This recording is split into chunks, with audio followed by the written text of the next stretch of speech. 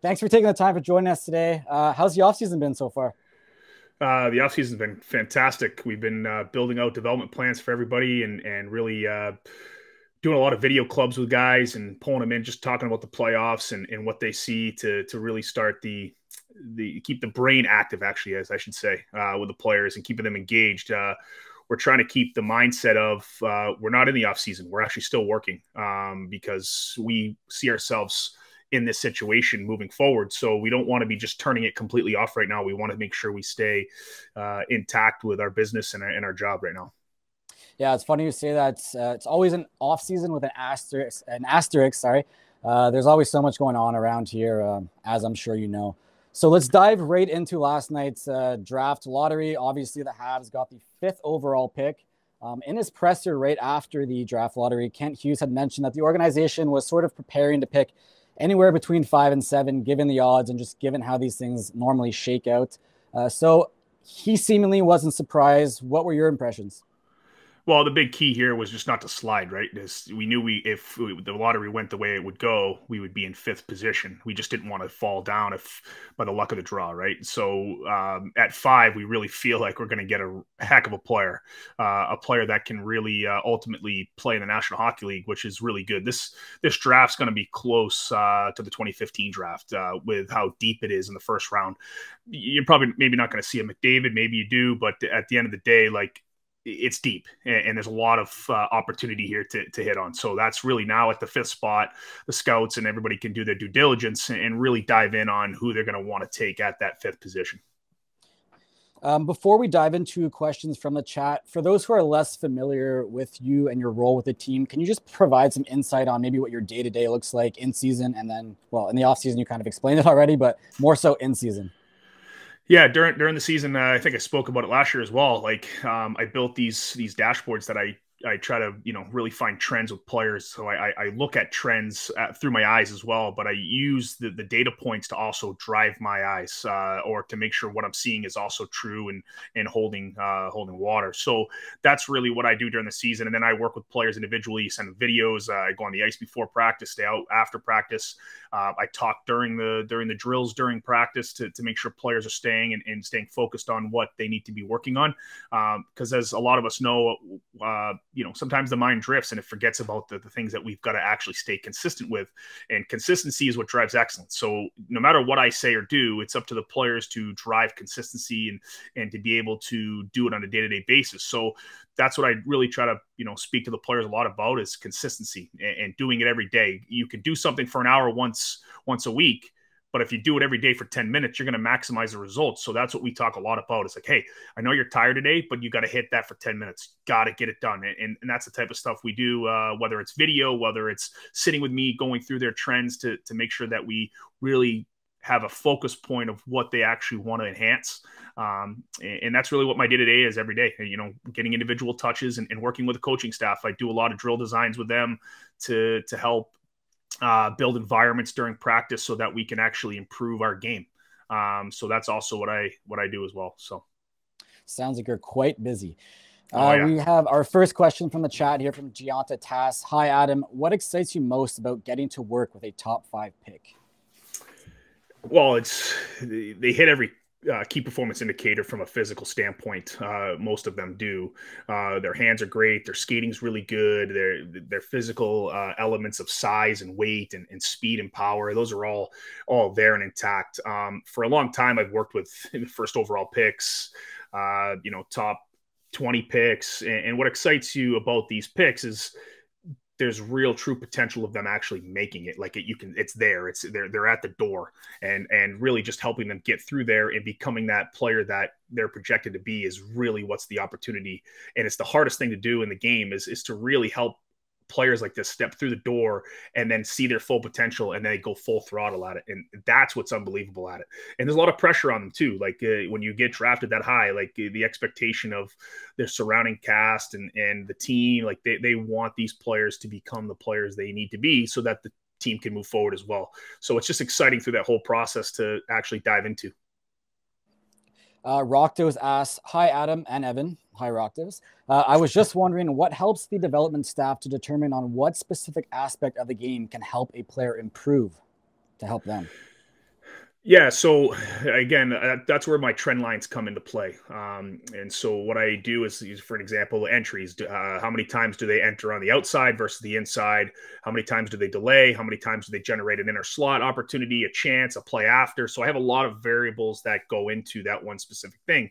And for me, what I usually dive into is inner slot passes or shots, because ultimately we want to create those type of scenarios within an entry. So we look at that and be like, okay, the player is falling off here. They're not hitting comparable to their teammates and around the league. So we've got to up that situation so that they can become more productive in their certain game. Because a lot of times, if you just look at entries and entry success from a success standpoint, that's when you really start going down a rabbit hole and try to find what is actually wrong or right.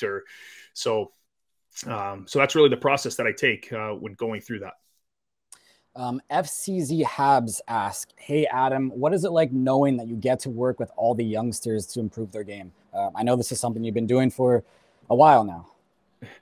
Yeah, it's such a unique thing. Like, you don't really get to know what it's like until you see these young superstars. Like, working with masters of the craft is something that I don't take lightly. It's amazing to see like, everybody wants to think that these players are just God-given ability, but what was God-given is, or nurtured rather, is their resiliency to keep working at their craft and the consistency of doing it every single day. That's what drives these players.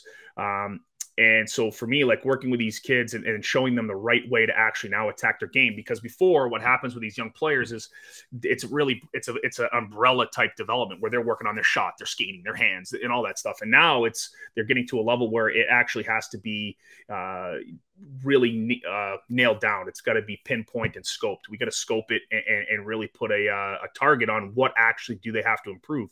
Because if we can do that, that's going to speed up their confidence in the areas of which they've got to improve.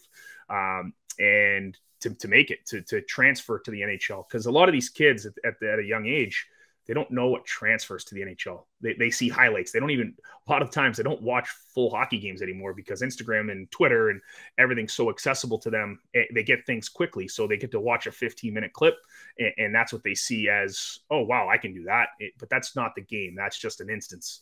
And so it's really fun to work with these young kids to teach them the game. Yeah, it's crazy. The pace of the game in the NHL is obviously the best in the world, and that split second can really, really make a difference. But we have so many young guys, so many rookies on the team this year, and I think a lot of the fans saw them make a lot of strides this year. So the future is certainly looking. The biggest thing, Evan, is at the end of the day, it's like teaching when to and when not to, right? And I always use this as a funny joke with the players, but like, I should know when to eat a salad, when not to eat a salad if I want to lose weight, right? If you want to lose weight, well, guess what? I need to know when to and when not to, and I should learn when to do it more often versus not to. And it's just like anything, and they want to dangle. Well, the dangling is like your dessert, and if you hang on to the puck too long and you do it too much, you're not going to see the results you want to see from a physical standpoint and output. And so that's when you've got to learn when to and when not to. And that's the hardest thing to do as a player, because a lot of the times these young players, they've been given everything and they can just do whatever they want. And there's their physical separation. What I mean by physical separation is their skating, their hands, their shot is just better than their peers in that moment. And now you get to the top of the food chain, it's the separation's not there anymore. You got to start using this, and you got to start learning the game and learning the pace and the timing and reads that we talk a lot about here. That's the most difficult part, is those adjustments. I'm going to keep that salad analogy in mind. Exactly. We have a French question here from Jessica Lemay. Bonjour Adam, quels sont les jeunes joueurs du Rocket de Laval se sont le plus améliorés cette saison? So which of the Laval Rocket players improved the most this season, in your opinion? Well, you look at HP, Rafaël Harvey-Pinard. I mean, that guy has the intangible that is hard to teach and hard to quantify what he actually does. Because when you look at him, he reminds me of, like, when I say this is something that just my history of learning other sports in the league. And you look at Pep Guardiola when he first came into Barcelona You look at Messi, right? And what happened is Messi got pushed down the rankings of players because of his size, right? And they had KPIs where they wanted players 6 feet, 180 pounds. They wanted leg lengths to be X, Y, and Z. So Messi doesn't have any of those KPIs, but what he does have is wits. He does know how to play within his body to overcome his KPI deficiencies, and that's what Rafaël Harvey-Pinard does. He's able to overcome that. So for me, I obviously he's the obvious one. He's the one that improved the most, I guess, just by pure getting opportunity. Without our injuries, I'm not sure we see what HP can do. And then you look at Justin Barron. I thought Justin Barron, when he went down right away at training camp, he really worked diligently at improving what he needed to improve, which was defensive side of the puck, urgency defensively. And that's something that we really starting to see come out of him. So he's going to get better and better at that. And the more he gets more confident in this league, the better he's going to be at reading things and anticipating things faster. So I see a lot. I see, hopefully a, pretty big summer for him and seeing him coming in at the training camp and doing what he does. Speaking of Barron, he's headed off to Worlds now to represent Team Canada alongside Montembeault. And Lane Hutson will be there as well for the U.S. Lane Hutson obviously made noise at Boston University this season, won basically every award in the book, and was a Hobey Baker nominee. How is the organization feeling about his development this far? Wow, he's just special. Like this is another one where he just has the quickness, the acceleration, the explosiveness. That's what we're trying to get and trying to foster here is that type of acceleration and that quickness and explosiveness. And that's what you see in the Makars. That's what you see with the Girards, the Grizzlies, those type of D-men. And Lane's a puck distributor. Like the puck's got to go through him. He plays with the puck, and he's basically what you would call your point guard in basketball. And he's your facilitator. He does it well, does it really well. And he knows how to time himself in between space and checks, and he gets himself into areas where he's a threat all the time. So we're really happy. We're ecstatic with what he's doing. He's also growing. He's gotten thicker. He's gotten bigger, which is massive for us. That's what we need him to do. And with our D core that we have right now, I mean, we're getting big and we're getting quick. We're getting fast. And so having a guy like him, it's not going to be, something where like you're thinking of yourself as, okay, we need to replace, another small guy. He's going to be able to have protection. Should I say, and then he's going to learn. He's going to learn how to play defense within his own body, and he's not going to do it the same way everybody else does it. He's not going to finish hard through checks. He's not going to be crushing guys.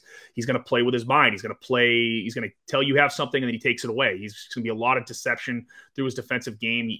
He's going to be able to finish through hands. He's just not going to be, running and gunning around, and that's just something that he has to adapt to with his own game. But overall, we're ecstatic. I mean, the kid is an absolute stud. Yeah, you got that right. I'm excited to see, and I'm sure the rest of the Habs fans are too. Not sure when that day will be, but it is a highly anticipated debut. We have a question here from IK Noah. From a development standpoint, how do you feel about how Slafkovsky progressed last year, and where do you think you noticed the most growth in his game? Well, when you look at Slav and what I call him the big rig. The things that he has, you can't teach. Like he can skate for that size. He's big. He's rangy. He can shoot it when he can get it off. And so for me, like it's teaching him now awareness, right? As everybody knows. And what we're trying to teach him is how to play the 200 by 85 foot game, like knowing when to and when not to. So you saw moments where he was trying at first, trying to possess the puck all the time and enter with possession and try to flash his skill. Well, that's not the NHL all the time. And that's where the highlights in watching highlights comes into effect, right? And so what we worked on him is just the game. Like, okay, hey, this is when to chip it. This is when to put a puck into space and then go back and recover it. And those are the type of things that we really focused and honed in on with him. And, obviously scanning around. And then we obviously, it's not the physical movements of scanning and turning his head. It's about what he's looking for and giving him objectives to make sure his eyes are up. Say, hey, what are you looking for before you get the puck? And are you looking where the defensive pressure is coming from? Are you looking where space is? How are you able to then turn your objective into production? And so that's really where we dove into this year. And I know you guys saw the Twitter feeds and of him going out there working on scanning with me. It wasn't actually working on the physical movements. It was working on what are you looking for and where to threaten your eyes so that you can move and shape defenses the way you want to shape them.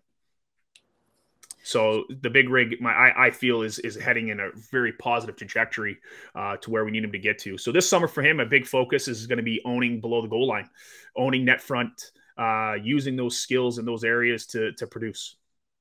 Yeah, you look at a guy like Slaf, and it's easy to forget that he came into the league as an 18-year-old, right? They're basically fresh out of high school. They haven't fully developed, and they're still learning the game. So I'm sure, unfortunately, his season ended prematurely last year, but I'm sure he'll be back bigger and stronger for next season.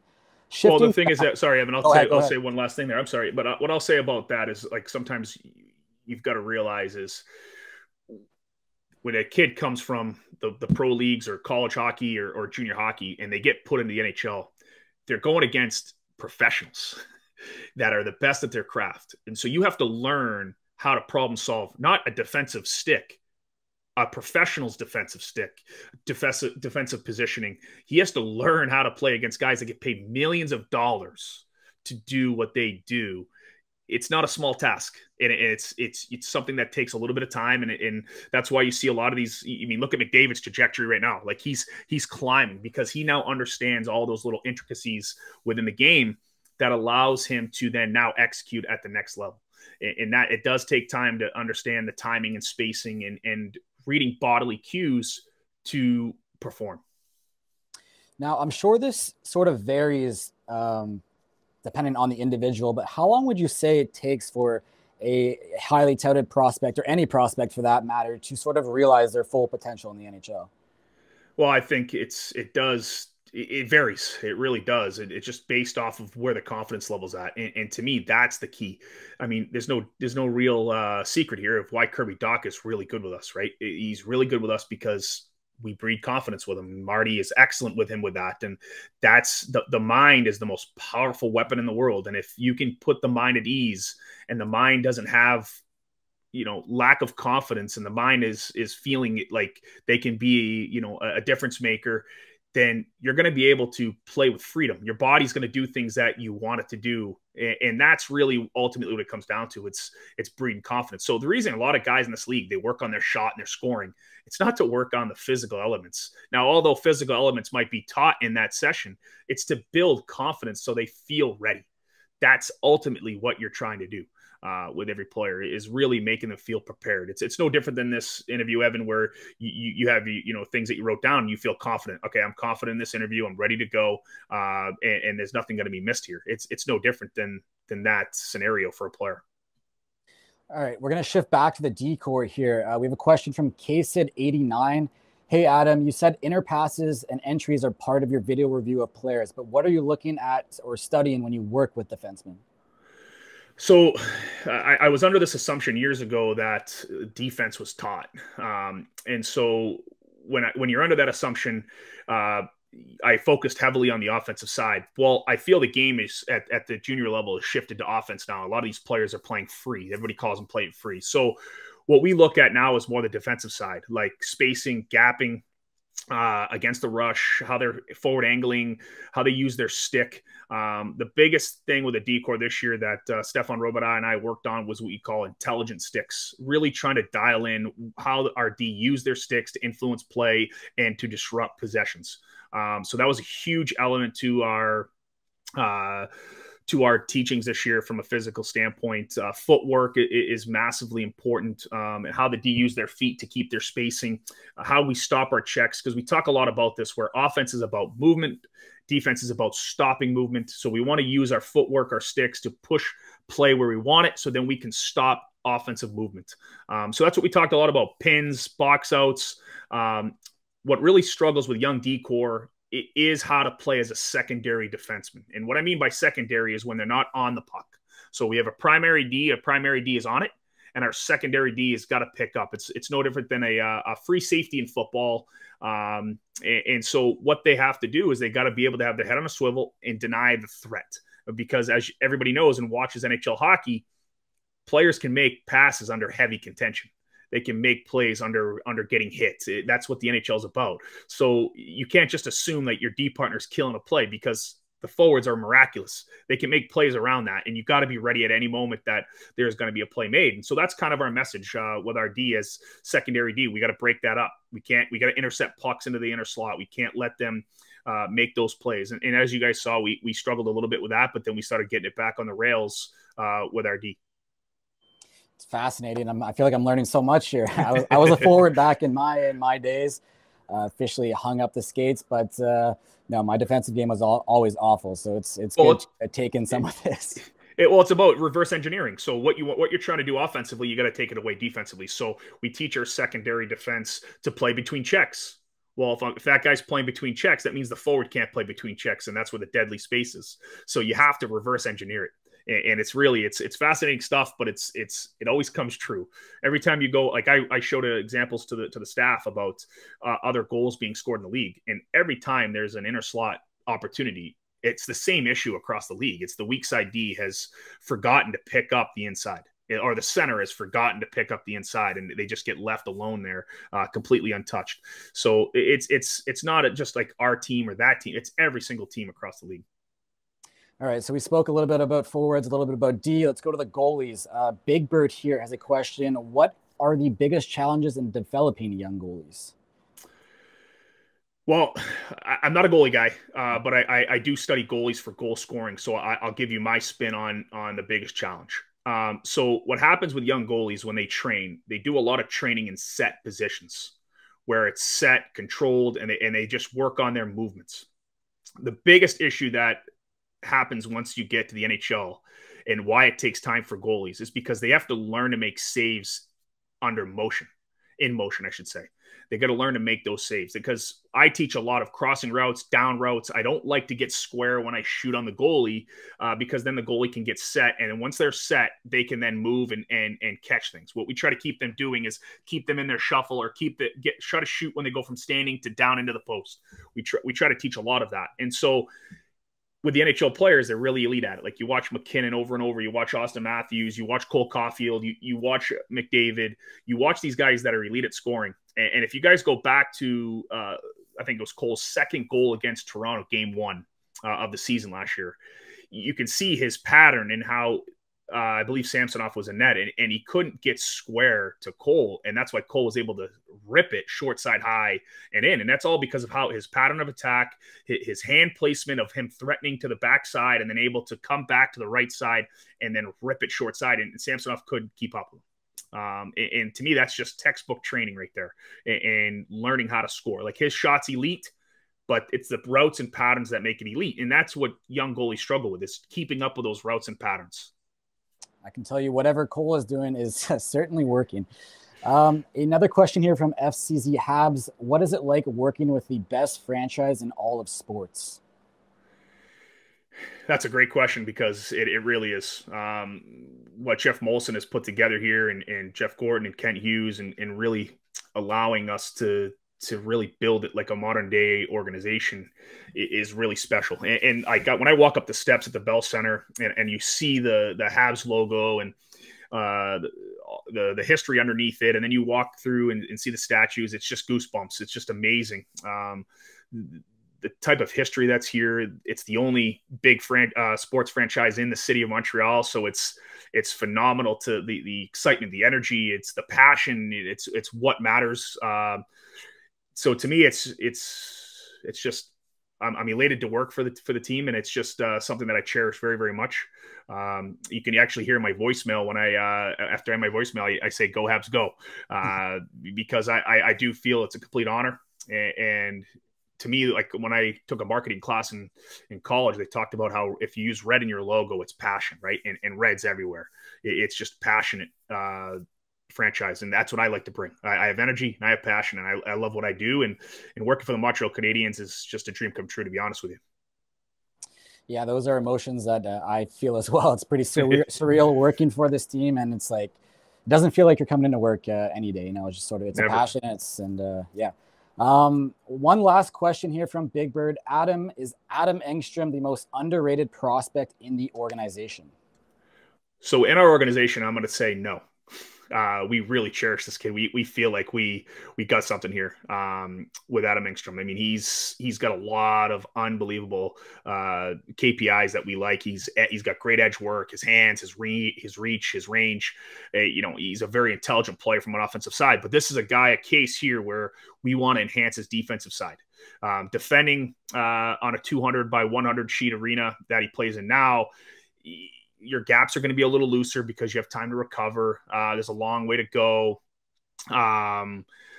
So we really value him. We have a lot of excitement for this kid, just like we did with Emil Heineman, where Emil Heineman wasn't getting, unbelievable opportunity with Laxan. But when he came over here, everybody loves him because we knew that his game would be more transferable to our game on these sheets here.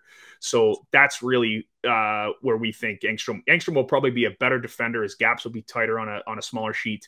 He's got great footwork, and he's really good with the puck. Like he can really rip it around. So he'll have some learning to do, but his intensity's there, his competes there, like those intangibles are there. So he's not going to have to learn that. He's just going to have to learn the when to and when not to in the timing of this game. And with that, it is time to wrap things up. Unfortunately, we'd like to say a huge thank you to you, Adam, for taking the time today to join us. We hope you enjoyed it as much as we did. And we hope you have a great rest of the summer. We can't wait to see you at training camp in the fall.